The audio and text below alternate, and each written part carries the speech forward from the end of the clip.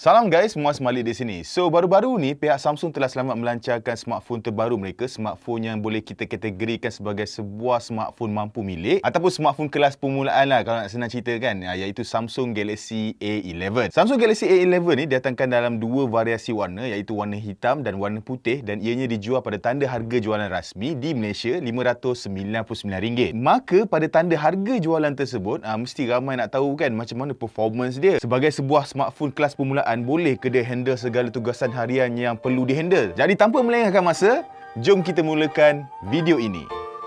Let's go!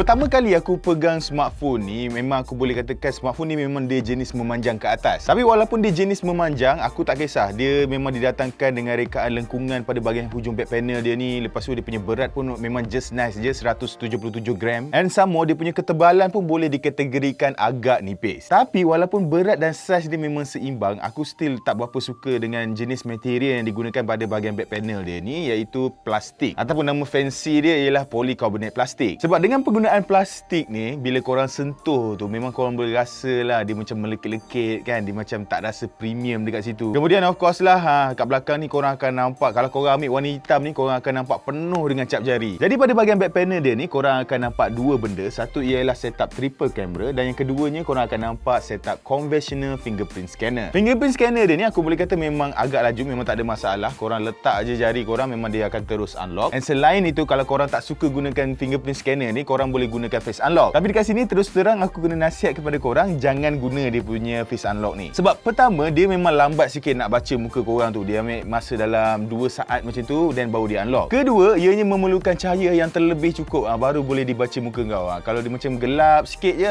terus dia tak boleh baca dah. So sebab tu aku nasihatkan, jangan guna dia punya face unlock, just gunakan fingerprint scanner dia je. Jadi pada bahagian atas, korang akan nampak 3.5mm audio jack. Dia masih lagi ada headphone jack ni. Kemudian pada bahagian sisi kanan, korang akan nampak power dan volume button. Pada belah kiri terdapat slot SIM tray, dan pada bahagian bawah korang akan nampak slot pengejasan jenis C dan setup mono speaker. Jadi mono speaker dia ni aku boleh katakan yang mana kualiti dia tu memang agak kurang memberangsangkan. Sebab mostly sound yang keluar tu, bunyi dia tu memang agak muted, dia lack of bass, lack of treble, lack of everything. So sebab tu aku kata dia punya kualiti sound dia tu memang agak kurang bagus. Pada bahagian hadapan pula, Galaxy A11 ni didatangkan dengan skrin bersaiz 6.4 inch TFT LCD beresolusi HD+.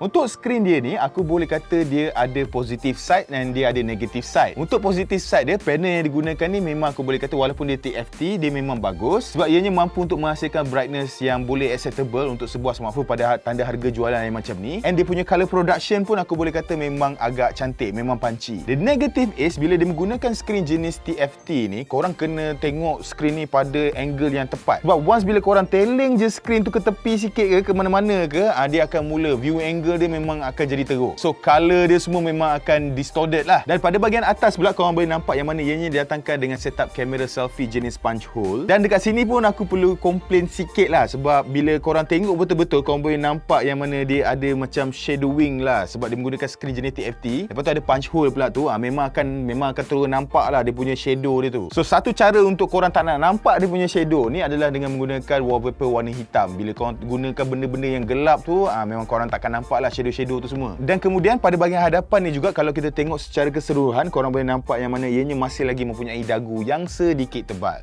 Satu lagi aku lupa nak bagi tahu. Benda ni memang aku wajib bagi tahu korang. Disebabkan skrin yang digunakan ni memang agak besar, iaitu 6.4 inch, tapi ianya didatangkan dengan resolusi HD+ je. Dekat sini korang memang akan nampak dia punya pixelated dia tu. So let's say kalau korang ni jenis banyak membaca, korang banyak baca teks tu semua kan, memang korang boleh nampak lah dia punya pixelated pada huruf-huruf tu. Untuk spesifikasi dalaman pula, Samsung Galaxy A11 ni dikuasakan dengan penggunaan chip Snapdragon 450 berserta dengan kapasiti RAM sebesar 3GB dan internal storage sebesar 32GB. Jadi 32GB untuk tahun 2020 ni memang bunyi dia tu memang agak kecil, memang sangat kecil. And berdasarkan pengalaman aku lepas aku menggunakan smartphone ni, lepas aku install segala jenis app yang aku selalu pakai, lepas tu aku install segala game yang aku nak test, yang aku nak main. Dia memang dah memakan hampir 70% storage kat dalam smartphone ni. Itu aku tak ambil gambar, tak ambil video lagi tau. Tapi bila kita fikir-fikir balik, memang agak okey juga sebenarnya, sebab Galaxy A11 ni didatangkan dengan sokongan microSD. So let's say kalau korang ambil gambar, ambil video, lepas tu storage penuh, korang boleh menggunakan microSD tu up to 512GB. Amboi bahasa Inggeris. 512GB, okey? Untuk operating system pula, Galaxy A11 ni didatangkan dengan penggunaan Android 10 dengan antara muka One UI 2.0.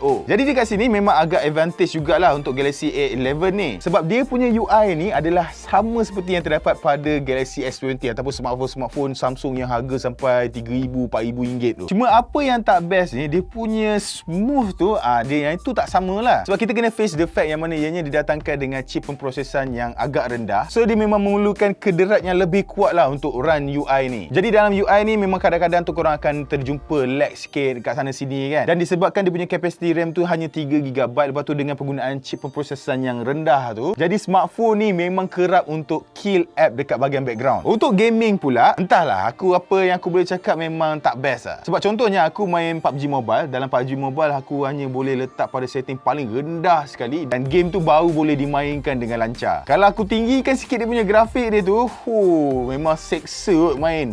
Aku tak tahu, aku tak boleh tahan dia punya lag dia tu semua. Tapi ada satu bahagian yang korang memang mungkin takkan seksa lah, iaitu dia punya performance bateri dia tu. Jadi Galaxy A11 ni didatangkan dengan penggunaan kapasiti bateri yang agak besar untuk sebuah smartphone yang macam ni, iaitu 4000 mAh. Jadi dengan penggunaan skrin yang HD Plus je, memang korang akan boleh menggunakan smartphone ni sepanjang hari lah. Dia punya battery endurance tu memang sangat bagus. Untuk kamera pula, Galaxy A11 ni didatangkan dengan setup kamera utama 13MP f1.8, kamera ultrawide 5MP f2.2 dan kamera depth 2MP. Pada pancho dekat bahagian hadapan tu, ianya didatangkan dengan kamera bersaiz 8MP f2.0. Jadi berdasarkan gambar-gambar yang kau boleh nampak ni, aku boleh katakan untuk price range yang macam ni, memang hasil gambar dia tu memang sangat bagus. Sebab dia mempunyai detail yang cukup. Dynamic range dia memang agak lemah, tapi benda ni memang boleh diterima. Gambar pun memang cukup sharp, cukup detail. Dan kalau korang setakat nak menggunakan gambar ni untuk daily usage, memang aku boleh kata okey, dan korang just terus pakai je. Memang just nice. Untuk kamera ultrawide dia pula, disebabkan didatangkan dengan megapiksel yang agak rendah, iaitu 5MP. Hasil gambar dia tu aku boleh kata memang agak nampak gelap sikit, sebab dia mempunyai kontras yang tinggi, shadow dia pun sangat tinggi. Dan untuk menggunakan kamera ultrawide dia ni, korang memang sangat memerlukan cahaya yang terlebih daripada cukup. Otherwise gambar memang macam aku cakap tadi lah, memang akan nampak gelap. Dan untuk sebuah smartphone pada tanda harga macam ni juga, korang mempunyai capability untuk mengambil gambar live focus ataupun bokeh. Untuk penggambaran pada waktu malam pula, hasil gambar memang agak kurang memuaskan, sebab korang boleh nampak dia punya detail memang tak ada. Tak kisahlah daripada kamera utama dia ke ataupun kamera ultrawide dia ke, memang dua-dua tak boleh nak pakai. Untuk kamera selfie ni pula pun aku boleh kata agak average, sebab hasil gambar memang tak berapa cukup dia punya detail dia tu. Dan yang keduanya, gambar memang kerap untuk overexpose. Untuk video pula, korang boleh merakam pada setting tertinggi 1080p 30 frame per second, dan hasil video dia aku boleh kata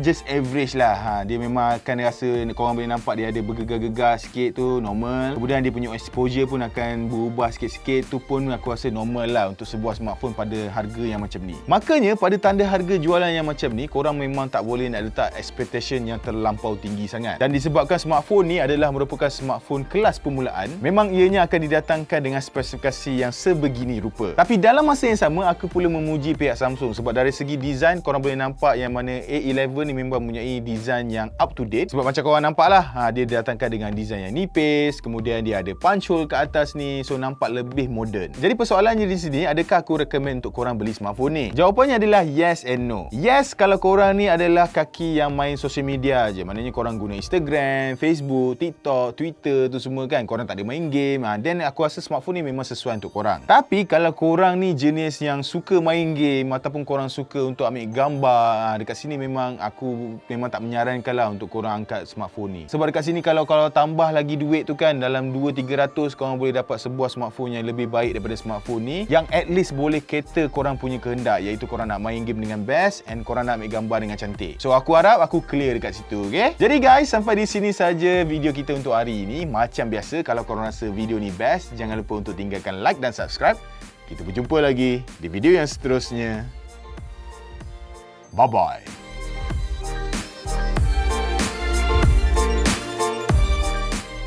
Alright, kalau korang suka dengan video-video kami ni, jangan lupa untuk korang subscribe wiser.my, tekan kat atas ni. Lepas tu, kalau ada video best-best tepi ni, ada kan? Korang tekan dan korang tengok.